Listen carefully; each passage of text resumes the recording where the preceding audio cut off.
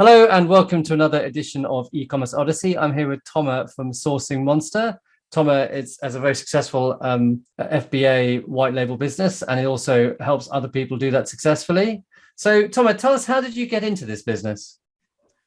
So I got into this business. First of all, thank you for having me, Trevor. I really appreciate this. And I started with Amazon FBA after being in the e-commerce space for the last 12 years. I didn't really like that business that I have to be there, be responsible, and always be in a specific location.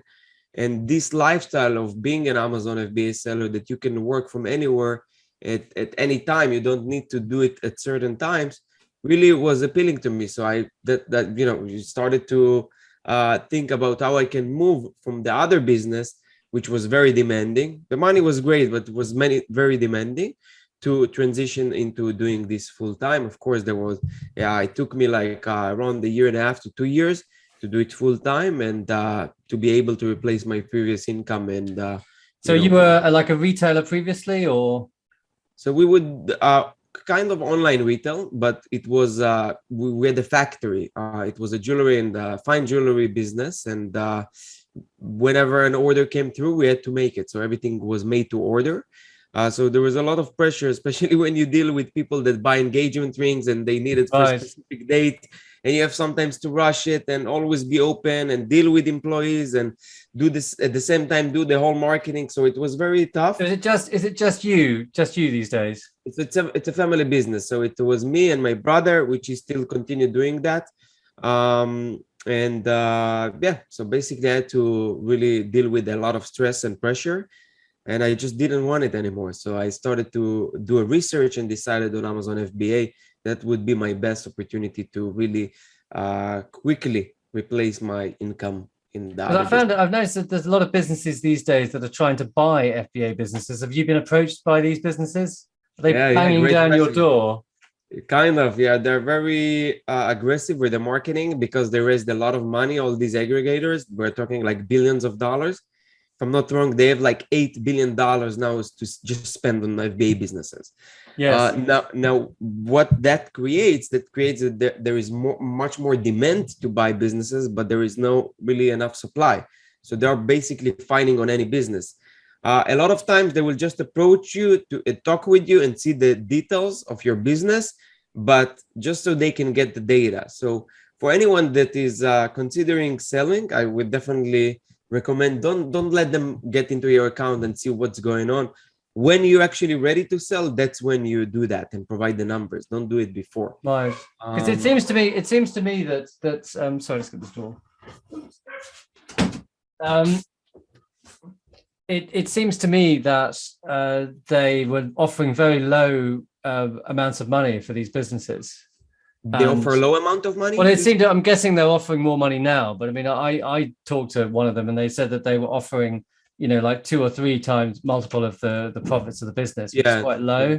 So I'm guessing that back then. That was back then. So now they're just going a bit mad, I think. So you've got your tell us about your Sourcing Monster business. So it's not really a business. It's a YouTube channel and a website where I just share everything that I do. So it's people sometimes telling me, oh, how you, like other YouTubers, how you can able to produce so much content? And I was like, it's things that I already do and doing. So just explain them. It doesn't really require any research or work prior to recording a video. So just like 20 minutes, 15 minutes, just record a video. And then I have my team kind of edit this.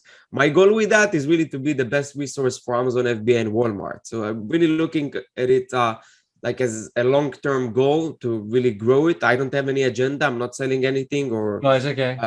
Just try to grow it to something big. That's my plan. Cool. Well, check it out. Is it just, can we find it by Sourcing Monster on YouTube? Yeah, it's Sourcing Monster. Excellent. We'll put a link in the description, and we'll also tweet it. So what do you think is what advice do you have for people who are trying to get into doing their own label stuff? I mean, what should people look for in a white label product? Yeah, so I don't do white label, I do private label. Right, okay. But white label would work too on Amazon. The only problem with white label, that is very easy. Would you like to just explain the difference between white label and private label? Yes. So white label is basically you take an existing item, let's say this glass cup, and basically just putting your own brand name on it. You don't do Right. any modification. You don't change the size, color, or anything. Just the pre-made product from a factory, and you put your own logo. Private label, usually there are some cases that they just do the same thing. They just put their own logo and packaging, and they call it like private label, and that's kind of like similar to white label. But what really private label is that you take an item from a factory and you kind of modify it and put your own brand name on it. So Okay. that's really create high entry barrier for other people than copying you. It's much more complicated to copy you and do the same exact thing. And what you will answer the question that you asked on like what people should really look at when they get started. So I definitely think that research and knowing what you are entering into, it's super important.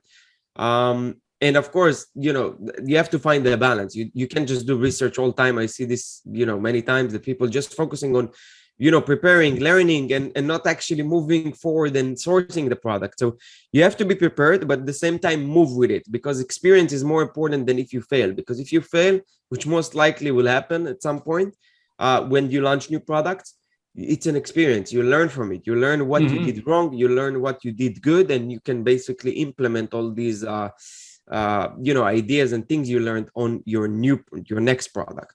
So definitely do the research and make sure that you, for beginners, to go into a market that it's not that competitive, where you can actually beat the offers that are currently on the marketplace and bring something that is better with marketing and better product. So that would be my advice to So people. how do you go about finding a product which isn't as competitive? Yeah, That's so the, is that's that you? really the golden question, and that's a very complicated topic, even for advanced sellers. So this is not something I can explain in 1 hour, like in this podcast. Not a I 2 minute have like a answer. 4 hours video that I walk through. I recorded myself, like open the screenshot on the computer for 4 hours, just show what I do. So Okay, so so you've got a video on your YouTube channel where you show how to do this. yes.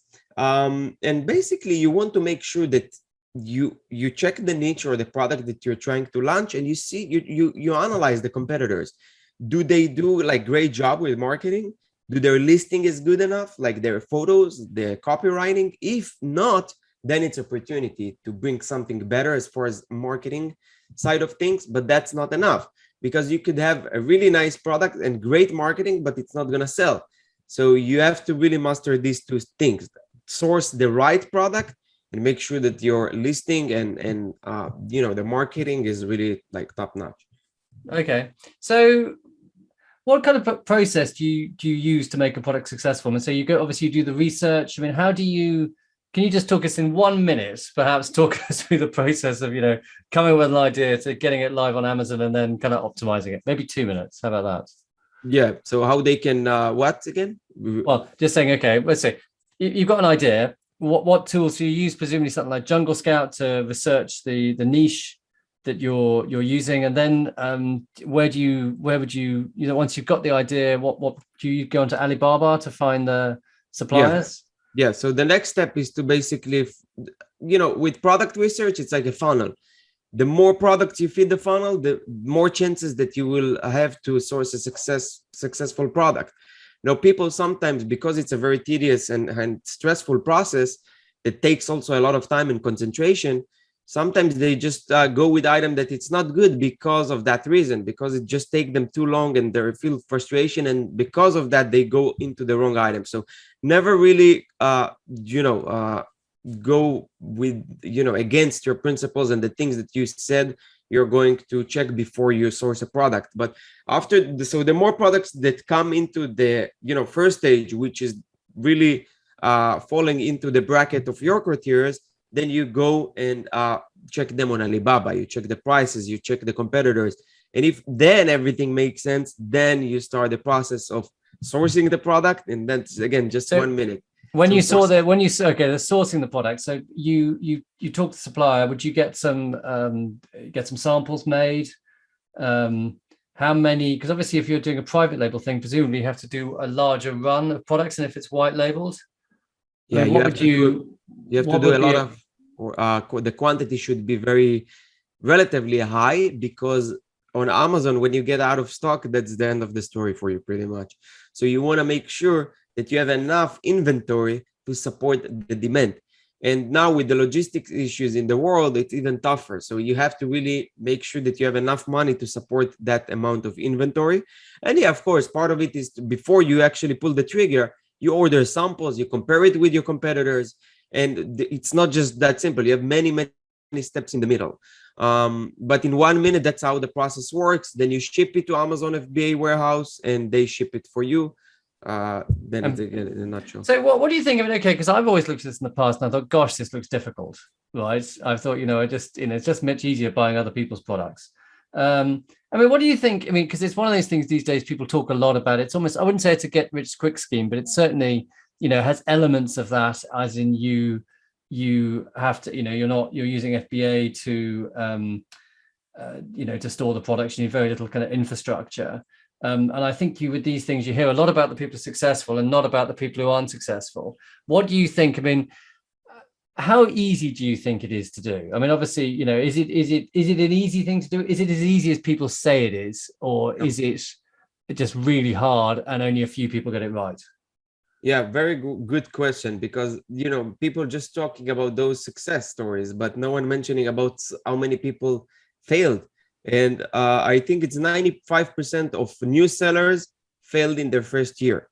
Right. So like when you know this data, you need to understand that you have to do things that are much different than 95% of people starting an Amazon business. So you have to prepare yourself that first, you're not going to see money probably in the first year, because everything had to be reinvested. It's not a cash flow business. It's definitely it's an inventory business. So your profits basically are in your inventory. That's your profits, unless you have a lot of money and cash behind you. But that's a very important thing to understand. And people sometimes quit because they don't see the money or don't have enough money to support the demand. So that's number one. Second is really be prepared to give it all. Be prepared to do something that it's not easy. It's not easy as people describe it. It's simple though. The process and the principles and everything, it's simple. I believe everything is simple, but you have to really put the work, efforts, and being focused to really make it there. It's not like people described. I just started to sell in 2019, but before that I heard people, you just bring a product and it sell like crazy. So I really didn't experience this, so I can't really come and say that it's easy. It's definitely not easy. Yeah, because I see a lot of, I mean, Amazon is just, going to Alibaba, there's any number of products on Alibaba. You go into Amazon, there's any number of products on Amazon. I just think it's quite hard to find a niche.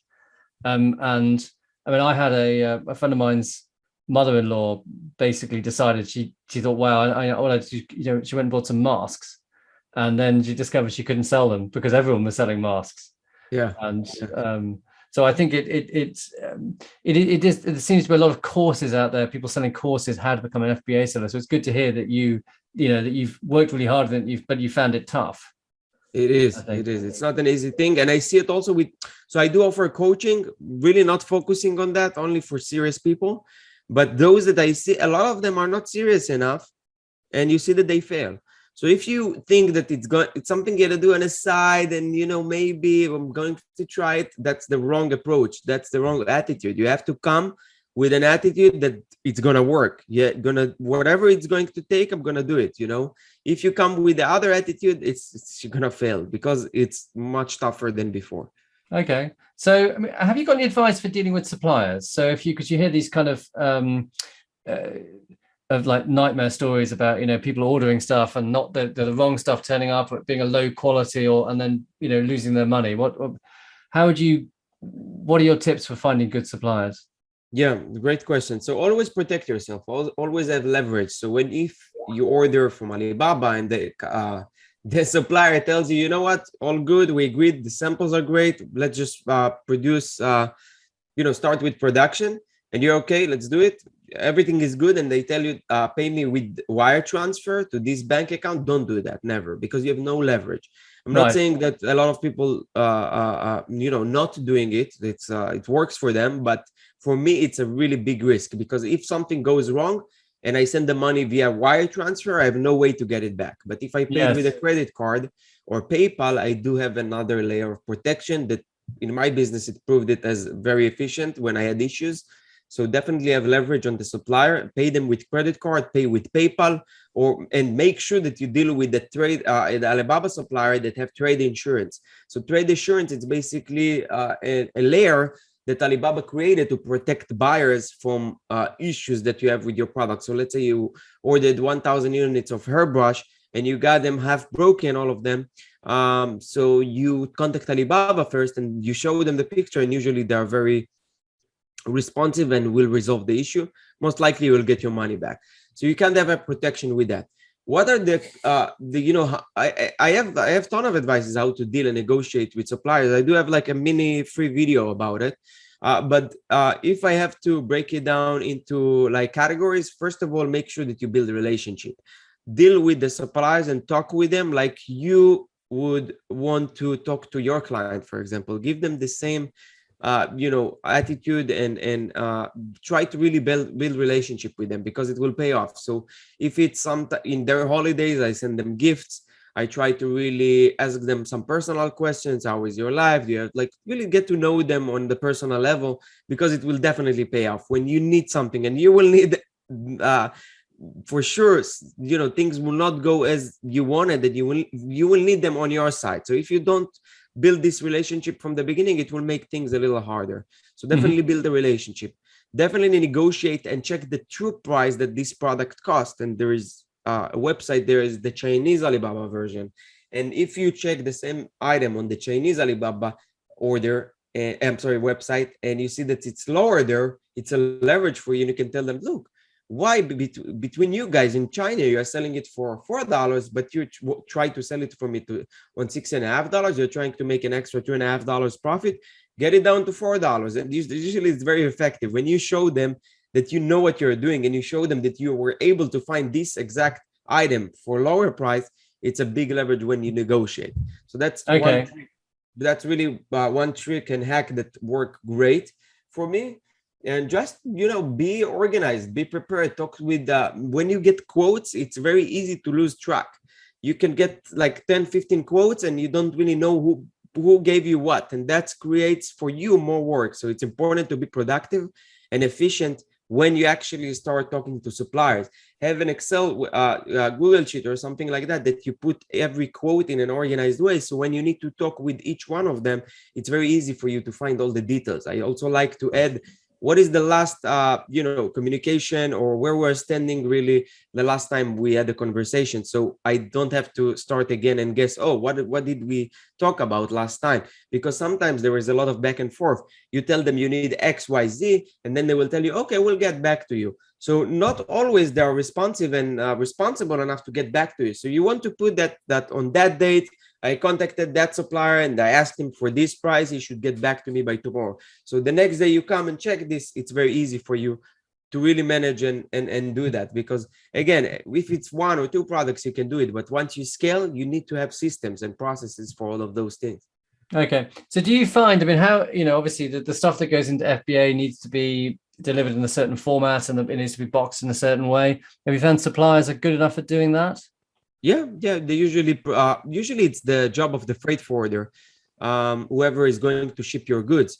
And that's something I also entered into. So I offer like freight services. If people need to ship from China to the US or Europe, that's something that, I provide. Now, that's usually their work. The freight forwarder come, pick up the cartons. You provide them before that, of course, the labels. It's usually not the carrier labels. It's just the box labels, which they have to stick on the box. For the first shipment, I would just ask to take pictures and video showing me that it was done correctly. So I just tell them, hey, can you, before shipping it, take a quick video, show me how you put it. And it's basically like you there just confirming everything. So use the technology to your advantage. And basically, even if you're not in China, you can still ask them to take videos and picture, and you're like there. Another thing is to do inspection before shipping, especially in your first order. It's really a must. You go there, you send someone that is not related to that factory or supplier, and you tell them to check all these things about your product, the measurements, pictures, and that way, if something goes wrong, you can really catch it before it arrives to Amazon warehouses and create bigger issue for you. So you got to be careful basically and be on top of stuff. 100%. Be hands-on, especially like, so last year, that's when things went really good, but then they started to decline. And the reason for that I had too much confidence. I thought that every product I will bring will be a success. That didn't happen. And the reason for that, after analyzing, is that I started to be less hands-on, less checking things, less doing things that brought me the success with the other products. So no matter where you are at your journey, always make sure you are really checking everything and doing all the steps necessary. Don't skip any steps, otherwise it will, hurt your wallet pretty much. Okay, so I think we've covered some of these already, but I mean, what do you think? What are the common problems that people come across when they're going into private label? Yeah, so I see that most people that they struggle with product research because you don't have success yet. You don't know what will work, how it works, and especially in the beginning, it's you always feel that it's something is bad or doesn't work or it's not the right product for you. So try to work with criterias and really check all the data points and product research. It's hard task, but it's something that require momentum and repetition and just doing it again and again. The really big problem that I see is that people doing product research, but they're not really have enough focus. This is a task that they require a lot of focus because it's very repetitious process. You have to go to products and see it again and check it again and again and again and again until you find the product. So people have a lot of doubts and struggle with that, I think. And logistics, right now the shipping costs are very high, so that makes things very tough to deal with. That's the second problem that I think that it's hurting a lot, all of us in the e-commerce business, that they deal with physical products for sure. These are the two main struggles. Of course, you have to master PPC, marketing, listing optimization. For a beginner that doesn't have any background, these skills to create them and have them as good as needed takes time. So if you don't have any prior background in e-commerce or marketplace or anything like that, and you expect that in a month that you will bring a product and it will be a hit, like those people trying to sell, those gurus, it's not gonna happen. You have to create the skills and good fundamental before you jump and source your first product. Mm-hmm. So do you find, I mean, do you find you spend a lot of your margin on advertising on Amazon? Yeah, that's the main thing. We're obviously trying to reduce that always. The beauty in Amazon is that with PPC and marketing that you do within the platform, it's not just driving sales, direct sales. It's also help you drive better organic rankings. And that's what we all do. That's what everything is about, getting those free sales using PPC efforts to really get better rankings. Mm-hmm. Okay, well, this has been very interesting. I think I've just got one last question for you. What has inspired you recently? What have you found? That's a good question.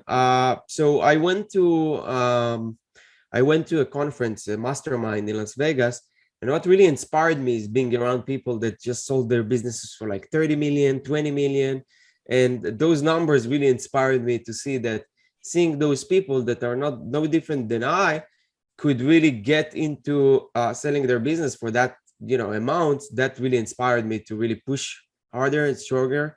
And I feel that it's something that is very important. When you start selling on Amazon, you want to surround yourself with Amazon sellers. You want to surround yourself with people that could inspire you and could give you motivation to push through and see it as real as it is. Big part of it is the belief that you can do it. If you don't believe that you can do it, and if you enter into something and you think, oh, I'm gonna try it, that's not gonna work. You have to believe in what you actually want to achieve, that it works. So if you surrounding yourself with people that are already successful, that gives you the proof. Okay, it works for them. Let me adjust what I'm doing, and if I'm doing something wrong, to make it better. Because if I fail, it's something that I did wrong, not because it works for other people. So how do you That's the find, because attitude. it's something I find with e-commerce is obviously, we all sit in our, it's quite hard to meet other sellers because, I mean, unless you know them, I mean, you're the customer, you obviously deal with suppliers, you deal with Amazon, you don't really deal with other sellers. So how do you go about how do you meet other sellers? Yeah, so it's very easy, even with with the COVID that is going on right now, and it's very hard to have those large meetups.